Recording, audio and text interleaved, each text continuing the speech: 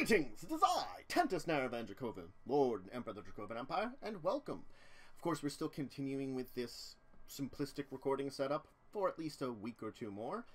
And we are, of course, continuing with talking about Pathfinder. We've been talking about the various races, and we have a new one to talk about with you this week, another one of the uncommon ones, Merfolk. So the Merfolk are one of the races, the aquatic races, which are best known. There are many stories and legends about Merfolk.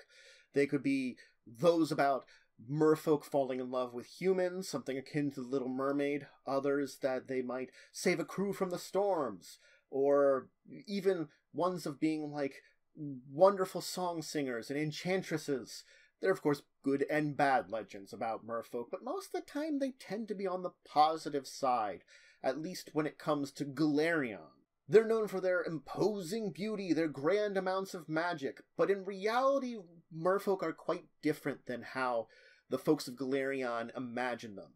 They are secretive and they are xenophobic. They really value the privacy that their society has and try to avoid interaction with those that live on the surface. And should they encounter someone from the surface, they tend to react with aggression rather than friendship or even perhaps passion. A Merfolk community will guard its territory quite ruthlessly. If a ship seems to be, or travelers seem to be generally lost and non-threatening, they'll tend to warn them away, say don't come here. But if the person or beings that are attempting to enter their territory appear hostile, they will attack first. Now, if you would see a Merfolk, it's as you see in traditional media. They have the upper bodies of graceful humanoid with delicate features. Their skins tend to be more on the darker and tanner shades, with brown, golden, or tan skins, though there are some very pale skins, peach and white. They're traditional kind of, well, human kind of skin colors a lot of times. And their lower body is that of a fish, with a long tail ending in powerful fins that allow for swimming.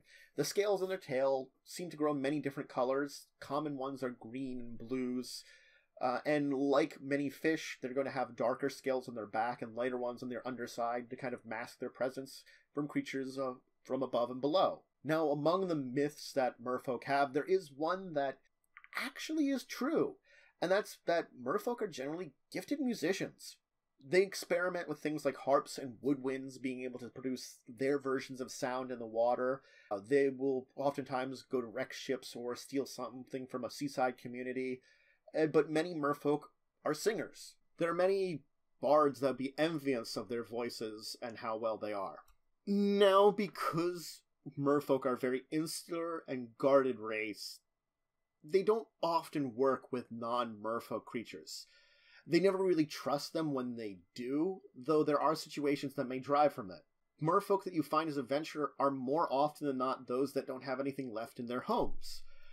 There are a couple reasons why this could occur. Sanguine is a good reason. Merfolk and Sanguine clash, and Sanguine have been known to destroy entire Merfolk colonies, taking any survivors as prisoners. If you're a Merfolk that escapes this fate, you are alone in the world. Friends and family are dead or captured. You don't really have anything left to do, and it's painful memories to return to that home, so they travel. They become adventurers. Something similar to this might drive a Merfolk to leave their home to protect their home. Basically, if they're going to seek those that were captured and maybe save them from those aquatic slavers, or to find a magical, powerful item that could allow them to retake their homeland. Something like that may drive them that way, too. Merfolk can also be exiled from their communities.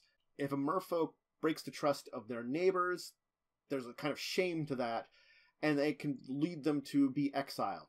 Merfolk adventurers that are exiled this way, that if they've betrayed their community, are going to find some way to get back in the good graces of it, whether that means providing a great service for the community, killing some kind of monster, finding a lost treasure, or anything that an adventurer may do in order to get back with the graces of the community they are exiled from. Now, there are some Merfolk that may end up exiled from their community because of superstitions when it comes to their own ability to perform music. A lot of Merfolk see their musical ability as a gift from the gods themselves, and if a Merfolk can't sing, or it sings very badly, it's thought to be cursed, and a cursed Merfolk this way could be possibly driven from their home, sometimes gently and sometimes with a very firm push. to let them make their way in the world. These become wanderers or adventurers, spending the rest of their time with races that don't listen to the stigma of why they were banished. Maybe you're not very musical as a merfolk, but those are the races, they don't care. So you might find community with them that you were driven out of your own merfolk community. Now it is important to note that merfolk communities tend to have similar scale coloration, so they tend to have scales that will match each other for different communities.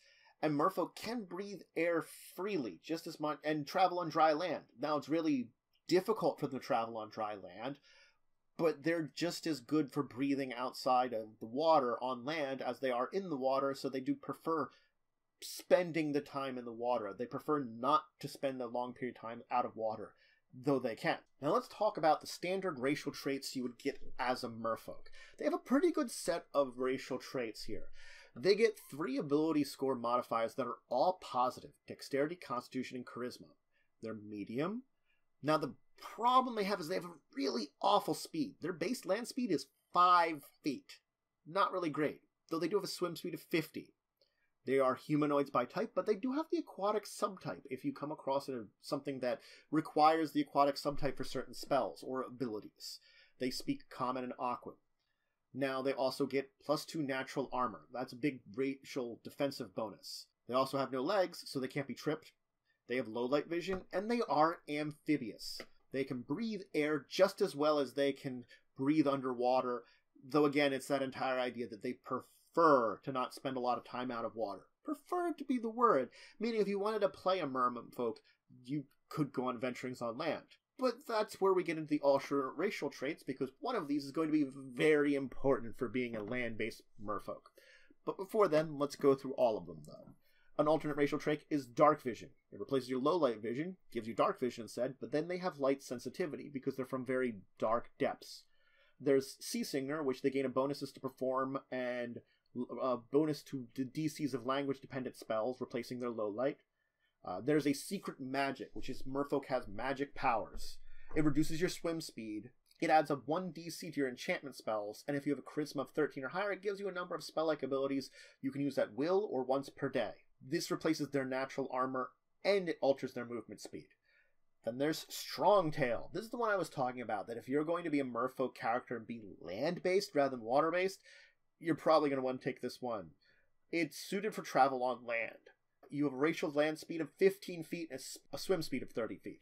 So you're much better at going on land. You only are half the speed of a human, rather than a sixth of the speed of human. The last one is Unexpected Ally, which you gain a racial bonus to diplomacy to influence a creature's attitude, and a bonus to perform the aid another action, replacing their low light vision. Now there are a number of favored class options I do want to talk about. You can take Bard and their favorite class bonus, which gives them 1/6 of a masterpiece. Oracle gets another spell that they know, as does Scald, adding more extra spells to their spell list 1 level below their highest. So some very interesting favored class options that you can kind of look into if you're a merfolk. Now there's 1 feat associated with merfolk, Sea Hunter. So you have to have combat expertise and be a merfolk. But if you make a successful melee attack against a swimming target, as a free action, you can kind of knock them off balance. It works like the trip maneuver, so you'd use the exact same rules of it, but you'd have to look at the combat adjustments underwater table to see what it means to be off balance, and what it means that they'd have to make a swim check then to recover their balance. If a creature has a swim speed, or is using a magic like freedom of movement, it can't be affected by this, or it can't be tripped, so you couldn't use it on another mermaid. Now there are 2 class archetypes I want to talk about. The first is an Oracle one, which I'm going to mention there's also a specific Oracle curse that merfolk can take, and only merfolk can take. So that might be one you want to take with this. Ocean's Echo is the archetype of oracles available only to merfolk. It changes their class skills around, adds some bonus spells, and gives them Aspiring Song. It replaces their revelations at 1st, 3rd, and 15th level. It works just like Bardic Inspiration to inspire courage at 1st level, inspire competence at 3rd level, inspire heroics at 15th level. And you use your Ocean's Echo level to determine your Bard level. The number of rounds per day are equal to your level plus your charisma modifier. These are merfolk that have deep connections with both art and the nature beauty of the world, so you kind of manipulate the forces of nature and weave them into song. The Oracle curse that goes along with this is Songbound, which is a specific curse for merfolk oracles. It makes it that their gift of music is an affliction as well as a gift. It compels merfolk to basically sing whenever they speak. And not only are you you're singing loudly, so you can't speak in less than a loud voice, and it's always got to have, like, a melodic thing. Either you're singing what you're saying, or you're going to have, like, add little, like, vocal melody ticks to the end of what you're saying. It does allow them the option of the countersong bardic performance, a number of rounds per day equal to your oracle level. And if they have the bardic performance class feature, these are rounds in addition to the normal bardic performance they get, but they can only be used for the countersong. It does give them a couple of spells added to their known list at 5th level, and add some other bonuses as you go up, like most oracle curses. As you get higher level, they develop more abilities. Lastly, I want to talk about a ranger archetype for merfolk, available only to merfolk rangers, the Wave Warden. They're basically rangers that patrol the beneath the sea, the safety and secrets of a merfolk community they're trying to protect. They get some bonuses to notice creatures underwater, replacing track. They have their own aquatic prowess feat, and you can choose from that list of feats that are in the material. In this case, it's in the Advanced Race Guide. If you don't meet the prerequisites, you can still choose it from your aquatic prowess. It's 2nd level and 4 levels after, 10th level adding a few more. There's a full list in the book. You gain water as a favored terrain, and you get bonuses that increase along with that rather than choosing different favored terrain options. You only get water and then get more bonuses on it. They can also gain the ability to effectively woodland tribe through water, through things like coral and seaweed, and eventually they get the ability to summon creatures of the aquatic and water subtype, effectively as summon nature's ally. But that's it for today. So today I'd introduced you to the Merfolk, an interesting race, as you would think that they would be more traditional in some of the popular media. But they are an incredibly xenophobic race, one that keeps to themselves if at all possible. And you do find individuals that do become adventurers, become travelers, become player characters, but they are rare. Either there's something that has happened to their family driving them out, or most of the time they are exiled. Of course, there are always exceptions to the rules. There's exceptions to everything, and you could come up with a story reason why you'd want to play one of these interesting characters. And I would highly recommend that you go with the strong tail ability so that you have a decent land speed. 15 isn't fast, but it's much better than 5, which a merfolk normally has. So unless you're playing a ocean or ship-based game where a merfolk may not have to walk around very much, then yeah, go with the strong tail. Have it that you can at least move around decently. And I've played a merfolk character, and I can say it was a fun time. Interesting, weird, a little bit silly. But you don't have to play a silly character to be a merfolk. You can play it seriously. Even one in the middle of the land. Maybe your calling has taken you there. Maybe some kind of calling of a deity, if you've got one, has taken you to somewhere deep in the land. Or you just want to see what it's all about, following rivers and lakes and exploring places where merfolk would not normally go. It's up to you how you want to play out your character. But there are a lot of interesting ways that you can play a merfolk. Anyway, I hope your day is going great. Remember to show some support for the channel by liking, sharing, subscribing, and of course commenting. You can always check out the links below if you want to see more of my things, such as my Twitch plate, my Discord, my Twitter, or my Patreon if you want to show some extra support and push for some more scripted videos, like this one. And until that next time, I bid you farewell.